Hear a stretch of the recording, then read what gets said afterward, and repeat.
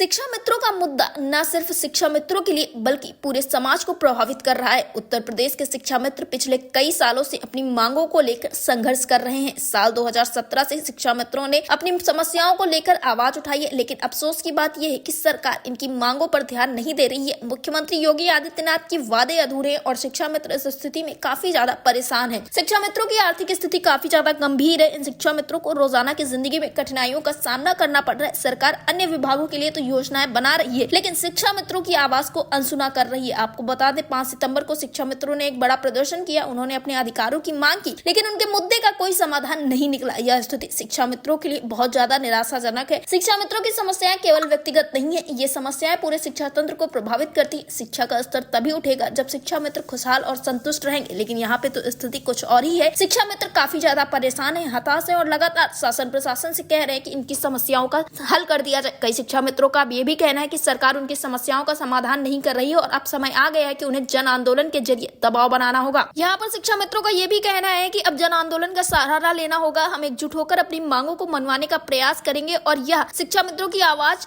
इस तरह से उठाई जाएगी। आखिरकार यही सवाल यहाँ पे होता है कि क्या सरकार शिक्षा मित्रों की समस्याओं को सुनने के लिए तैयार होगी? क्या उनके अधिकारों की रक्षा करेगी? शिक्षा मित्रों ने यह भी कहा है कि अगर उनकी आवाज को नहीं सुना गया तो वो बड़े पैमाने पर आंदोलन करने के लिए भी तैयार है। उनके आंदोलन में अन्य शिक्षकों और समाज के लोगों का भी समर्थन देखने को मिल सकता है। शिक्षा मित्रों के इस संघर्ष में कुछ महत्वपूर्ण बातें हैं जिन पर ध्यान देने की बहुत जरूरी है। उनका ये कहना कि अगर समस्याओं का समाधान नहीं होता तो शिक्षा व्यवस्था भी प्रभावित हो सकती है, क्योंकि शिक्षा मित्र लंबे वक्त से पूरी ईमानदारी और निष्ठा के साथ अपने काम को कर रहे हैं, शिक्षा देने का काम कर रहे हैं, लेकिन फिर भी सरकार कुछ भी ऐसा नहीं कर रही है जिससे शिक्षा मित्रों के जीवन में खुशियों का माहौल हो। कभी सरकार ये कहती हुई नजर आती है कि कैबिनेट बैठक के बाद समस्याओं का हल हो जाएगा, तो कभी कुछ और कह देती है, लेकिन शिक्षा मित्रों की समस्याओं का हल नहीं होता, जिस वजह से ये शिक्षा मित्र काफी ज्यादा परेशान है। और जिस भी नेता अधिकारी मंत्री से ये शिक्षा मित्र मुलाकात करते हैं तो उनके द्वारा यही कह दिया जाता है कि आने वाले वक्त में समस्याओं का हल कर दिया जाएगा, लेकिन समस्याओं का हल होता हुआ नजर नहीं आता है। फिलहाल अब बात करें अगर हम बजट सत्र की, तो राज्य का बजट सत्र आने वाला है और ये कहा जा रहा है कि जो उत्तर प्रदेश में तमाम विभाग हैं और जो उनके मुद्दे हैं उनको हल करने का काम किया जाएगा, उनको बजट आवंटित किया जाएगा, जिससे कि शिक्षा मित्रों को एक उम्मीद तो है कि मानो बजट सत्र में जब कुछ ना कुछ हो सकता है, क्योंकि केंद्र का बजट पेश हुआ तब तो शिक्षा मित्रों के लिए कुछ ऐसा नहीं किया गया था, लेकिन राज्य का बजट पेश होगा तब शिक्षा मित्रों को एक अच्छी उम्मीद नजर आ रही है, क्योंकि मुख्यमंत्री योगी आदित्यनाथ ने भी यही कहा था कि समस्याओं का हल हो जाएगा। तो अब एक बजट सत्र ही एकमात्र सहारा है जिसमें ये कहा जा सकता है कि इन शिक्षा मित्रों के लिए कुछ खास होगा, कुछ शासनादेश जारी हो सकता है। और वित्त विभाग में भी इन शिक्षा मित्रों की फाइल गई थी, तो अब ये